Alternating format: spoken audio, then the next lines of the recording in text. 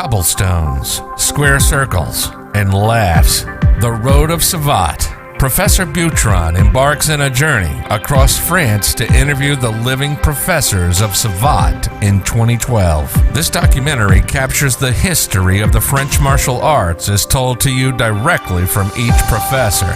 Those who trained in the noble art of French foot fighting Savate understand that the professors propel the spirit of pugilism. Enjoy the vast knowledge that's being propelled within the documentary.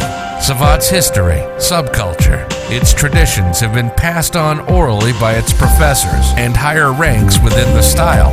Even though books have been written, it's usually only about its methods of fighting.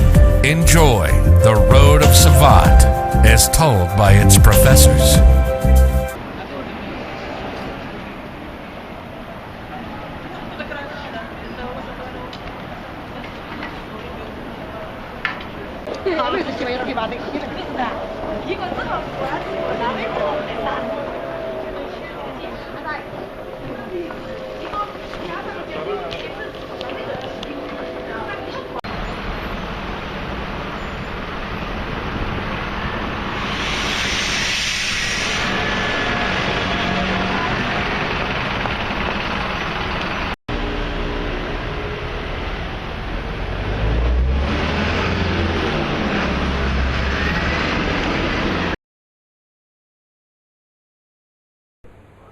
Professeur Richard Thomas, j'ai 42 ans, j'ai commencé la boxe à l'âge de 6 ans, quand j'étais tout petit.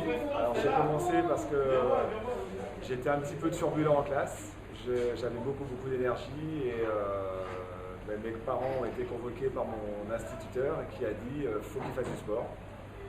La chance a voulu que mon instituteur fasse de la boxe le soir et mes parents ont dit tu vas essayer. Et donc j'ai commencé très jeune et ça m'a plu. Je n'ai jamais arrêté jusqu'à la fin de ma carrière, donc plus de 20 ans de pratique. Donc j'ai commencé par les assauts et après j'ai fait tous les échelons, les assauts, les pré-combats, les combats pendant toutes ces années. Mon professeur qui m'a initié s'appelait Alain Grandon. Il était instituteur, il a été entraîneur de club, il était juge-arbitre international. Il a été formateur, donc il était dans le milieu de la boxe depuis très longtemps. Voilà. Après, je suis passé par l'INSEP, par un sport-études d'abord. J'étais à Vichy. J'avais Marc Brégère qui m'entraînait là-bas quand j'étais sur Vichy, avec plein de jeunes. Donc je suis allé 2 ans quand j'étais en classe de 3e et en seconde. Donc c'était dans les années 85-86. Donc là, ça remonte aussi un petit peu. Je suis revenu sur Paris, donc je suis revenu dans mon club. J'allais m'entraîner un petit peu dans les clubs autour pour avoir un petit peu de sparring partner, parce que dans mon petit club, il n'y avait pas assez de monde. Donc j'allais voir un petit peu à la SPTT avec Michel Gibert pour mettre les gants. Et puis après, j'ai été à l'INSEP. Donc après avoir passé mon bac, j'ai fait le test, je suis rentré à l'INSEP, donc avec Richard Silla comme entraîneur. Et on a monté une petite équipe assez intéressante avec plein de grands champions qui sont passés les mêmes années. Donc là, c'est là où j'ai appris vraiment le plus gros de ma formation sur le combat, alors qu'avant j'étais plutôt spécialiste assaut. Et donc j'ai gagné plein de titres grâce à Richard Silla. Après, sur l'évolution de la boxe française, donc, depuis que j'ai arrêté la boxe, j'ai un petit peu suivi les jeunes qui ont pris la suite. Moi, ce qui me désole un petit peu, c'est que c'est un petit peu plus basé sur l'efficacité, un petit peu moins sur la technique. Moi, j'étais plus technicien et un peu moins efficace. Et la technique un petit peu perdue, c'est un peu dommage. Il y a malgré tout quelques boxeurs qui continuent à avoir une belle boxe, ce que j'appelle une belle boxe, et assez esthétique, jolie à voir et efficace en même temps. Être capable de mettre des coups de pied tournants, c'est pas donné à tout le monde, et malheureusement on en voit moins. Après, les tout derniers qui sont maintenant à l'heure actuelle, je les connais pas très bien. Voilà, c'est une belle évolution. Après, ce qu'on reproche un petit peu aussi, c'est que les jeunes sont très consommateurs, ils viennent là pour essayer de gagner très rapidement des titres. Ils ne connaissent pas l'histoire de la boxe, ils ne connaissent pas les anciens.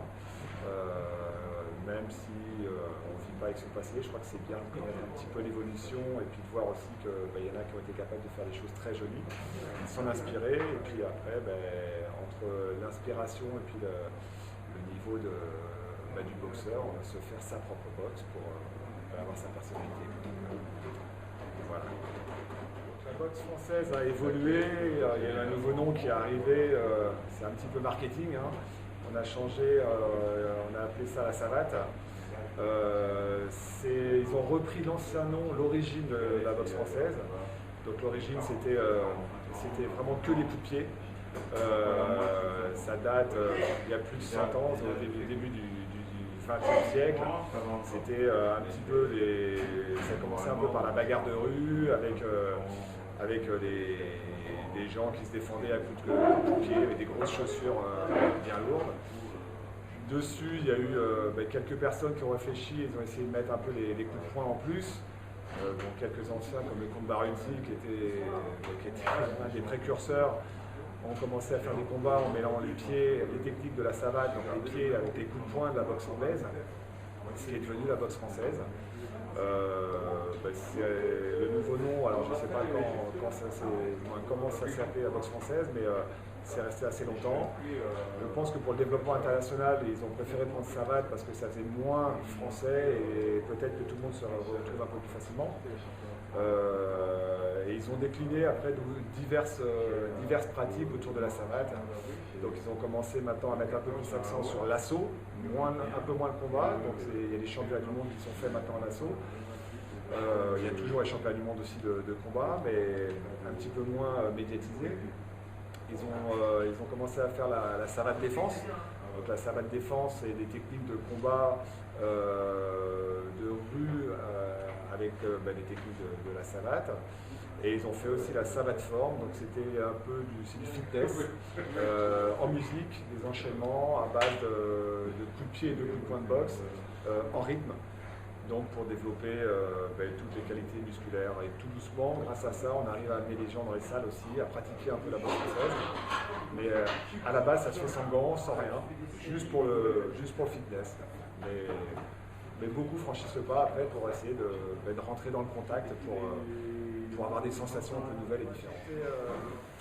En tant que boxeur, j'ai été reconnu comme styliste, c'est-à-dire quelqu'un qui avait une boxe esthétique, donc assez jolie à voir.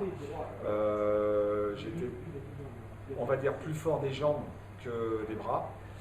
On va dire que mes coups favoris, c'était plutôt des coups au visage. J'étais assez souple, donc je montais mes jambes assez haut.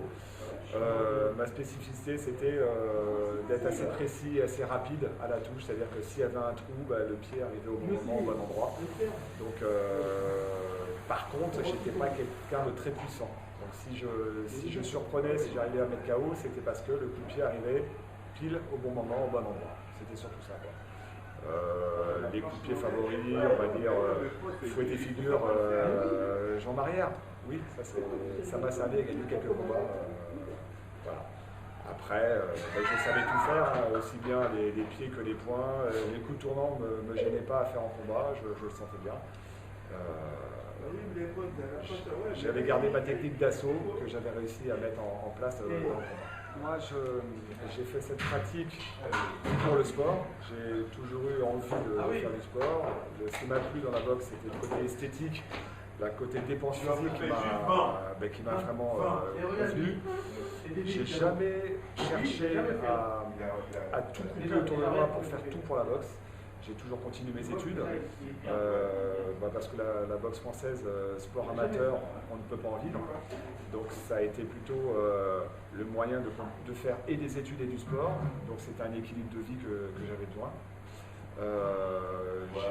J'ai jamais été méchant, moi j'ai toujours été honnête avec les gens que j'ai rencontrés. J'étais même prêt à aller boire un coup avec mes adversaires après un combat. Je me suis toujours entendu avec tout le monde, j'ai jamais cherché à tricher. D'ailleurs, on m'a toujours reproché d'être peut-être trop gentil avant un combat. Richard Silla m'a toujours dit t'es pas là pour discuter avec tes adversaires, t'es là pour faire un combat. Et ça, c'est un peu ce qu'on me reprochait. Donc trop gentil. Après, une fois qu'on est sur le ring, bon, ben, c'est la concentration, c'est on ferme tout, on se coupe de tout, mais après c'est le sport, quoi. C'est le plus fort qui va gagner. S'il y a un KO qu'il arrive, ben, c'est pas méchamment qu'il arrive, mais c'est le combat. Il faut savoir que ben, c'est l'un ou l'autre. Si l'autre peut mettre KO, il le fera. Ben, moi, si j'avais possibilité, ben, je le faisais. Voilà.